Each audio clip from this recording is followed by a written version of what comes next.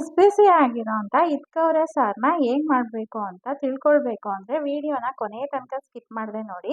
ಹಾಗೆ ಹೊಸಬ್ರು ಯಾರಾದರೂ ಸ್ಮಿತಾ ಸವಿರುಚಿ ಚಾನಲ್ನ ನೋಡ್ತಾ ಇದ್ರೆ ಸಬ್ಸ್ಕ್ರೈಬ್ ಮಾಡ್ಕೊಂಡು ನೋಡಿ. ನಿಮ್ಮ ಸಪೋರ್ಟ್ ನಮ್ಮ ಚಾನಲ್ಗೆ ತುಂಬ ಮುಖ್ಯ.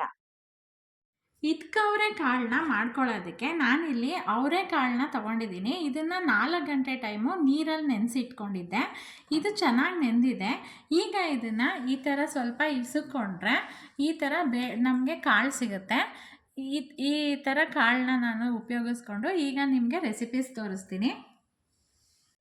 ಇದ್ಕಿನ ಬೇಳೆ ಸಾರು ಮಾಡೋದಕ್ಕೆ ನಾನಿಲ್ಲಿ ಫಸ್ಟು ಗ್ಯಾಸ್ ಆನ್ ಮಾಡಿಕೊಂಡು ಒಂದು ಪಾತ್ರೆ ಇಟ್ಕೊಂಡಿದ್ದೀನಿ. ಪಾತ್ರೆ ಸ್ವಲ್ಪ ಬಿಸಿ ಆದಮೇಲೆ ನಾನಿಲ್ಲಿ 2 ಸ್ಪೂನಷ್ಟು ಎಣ್ಣೆ ತೊಗೊಂಡಿದ್ದೀನಿ. ಇದನ್ನು ಹಾಕೊಳ್ತಾ ಇದ್ದೀನಿ. ಎಣ್ಣೆ ಸ್ವಲ್ಪ ಬಿಸಿ ಆದಮೇಲೆ ನಾನಿಲ್ಲಿ ಅರ್ಧ ಈರುಳ್ಳಿನ ಸಣ್ಣದಾಗಿ ಕಟ್ ಮಾಡಿ ಇಟ್ಕೊಂಡಿದ್ದೀನಿ. ಇದನ್ನು ಸೇರಿಸ್ತಾ ಇದ್ದೀನಿ.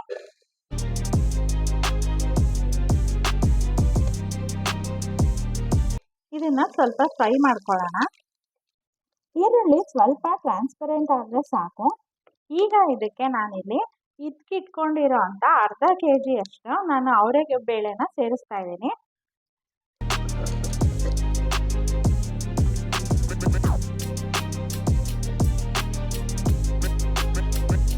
ಅವರೆಕಾಳು ಸೇರಿಸಿದ್ಮೇಲೆ ಅದರಲ್ಲಿ ಇರೋವಂಥ ನೀರು ಸಂಪೂರ್ಣವಾಗಿ ಇಂಗಬೇಕು.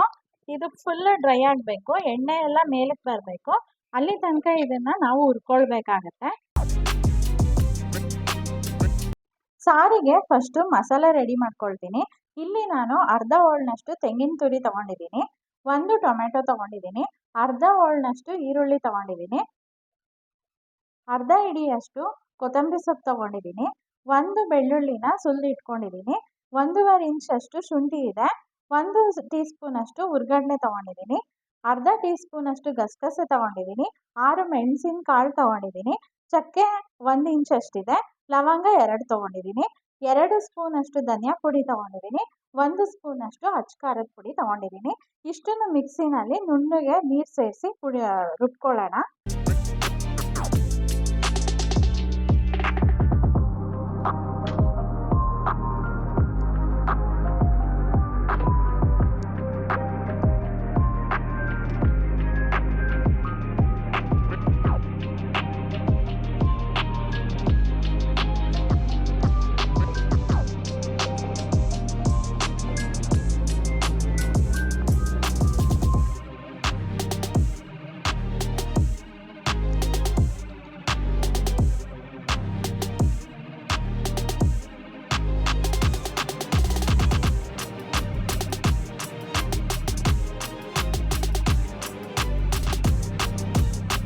ಹಾಕಿರೋ ಅಂತ ಅವರೆಕಾಳು ಚೆನ್ನಾಗಿ ನೀರೆಲ್ಲ ಇಂಗೊಂಡಿದೆ. ಇದರಲ್ಲಿ ಇರೋವಂಥ ಹಸಿ ವಾಸನೆ ಪೂರ್ತಿಯಾಗಿ ಹೋಗಿದೆ. ನೋಡಿ, ನಿಮಗೆ ಎಣ್ಣೆ ಕಾಣಿಸ್ತಾ ಇದೆ. ಈ ಥರ ಇದು ಮಾಡಿದಾಗ ಪಾತ್ರೆನಲ್ಲಿ ಎಣ್ಣೆನ ಕಾಣಿಸ್ಬೇಕು. ಅದರಲ್ಲಿ ಇರೋವಂಥ ನೀರು ಪೂರ್ತಿಯಾಗಿ ಇಂಗ್ಕೊಬೇಕು. ಈಗ ಇದಕ್ಕೆ ನಾನು ನುಣ್ಣಗೆ ರುಬ್ಕೊಂಡಿರೋ ಅಂಥ ಮಸಾಲೆನ ಸೇರಿಸ್ತೀನಿ. ಈಗ ಸಾರಿನ ಹದ ನೋಡಿಕೊಂಡು ಮಿಕ್ಸಿ ತೊಳೆದಿರೋ ಅಂಥ ನೀರನ್ನು ಸೇರಿಸ್ಕೊಳ್ತೀನಿ. ಮಸಾಲೆಗೆ ನಾನಿಲ್ಲಿ 3 ಲೋಟದಷ್ಟು ನೀರು ಸೇರಿಸಿದ್ದೀನಿ. ನಿಮಗೆ ನೋಡಿಕೊಂಡು ನೀವು ಎಷ್ಟು ಬೇಕೋ ನೀರು ಸೇರಿಸ್ಕೊಳ್ಬೋದು. ನೀವು ತೆಳ್ಳಗೆ ಇಷ್ಟಪಡೋದಾದರೆ ಇನ್ನೂ 1 ಲೋಟ ಹೆಚ್ಚಿಗೆ ಹಾಕ್ಕೊಳ್ಳಿ. ಇಲ್ಲ ಅಂದರೆ ಈ ಹದ ಸಾಕಾಗುತ್ತೆ. ಈಗ ಸಾರು ಕುದಿಯೋವಾಗ ನಾನಿಲ್ಲಿ ರುಚಿಗೆ ತಕ್ಕಷ್ಟು ಉಪ್ಪನ್ನು ಸೇರಿಸ್ಬಿಡ್ತೀನಿ. ಇದನ್ನು ಚೆನ್ನಾಗಿ ಕುದಿಸ್ಕೊಳ್ಳೋಣ. ಆದಷ್ಟು ಈ ಸಾರನ್ನ ತಪ್ಪಲೆನಲ್ಲೇ ಮಾಡ್ಕೊಳ್ಳಿ. ಕುಕ್ಕರ್ಗೆ ಹಾಕೊಳ್ಳೋದಕ್ಕೆ ಹೋಗಬೇಡಿ, ಯಾಕೆಂದರೆ ಬೇಳೆ ತುಂಬ ಬೆಂದೋಗ್ಬಿಡುತ್ತೆ.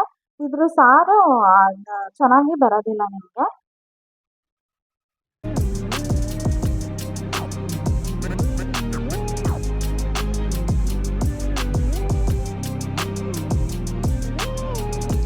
ಸಾರು 10 ನಿಮಿಷದ ತನಕ ಚೆನ್ನಾಗಿ ಕುದ್ದಿದೆ.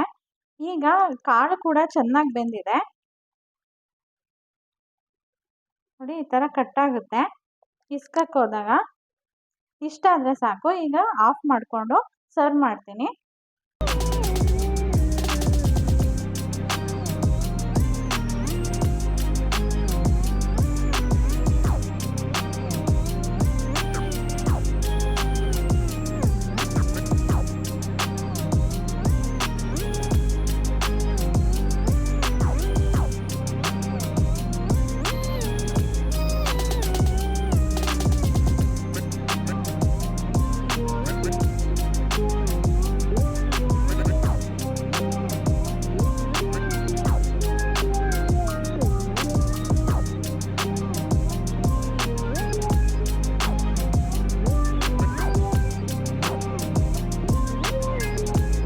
ಬಿಸಿ ಬಿಸಿಯಾದ ರುಚಿ ರುಚಿಯಾದ ಇಟ್ಕವರೆ ಸಾರನ್ನ ನಾನಿಲ್ಲಿ ಬಿಸಿ ಬಿಸಿಯಾದ ದೋಸೆಯೊಂದಿಗೆ ಸರ್ವ್ ಮಾಡ್ತಾ ಇದ್ದೀನಿ.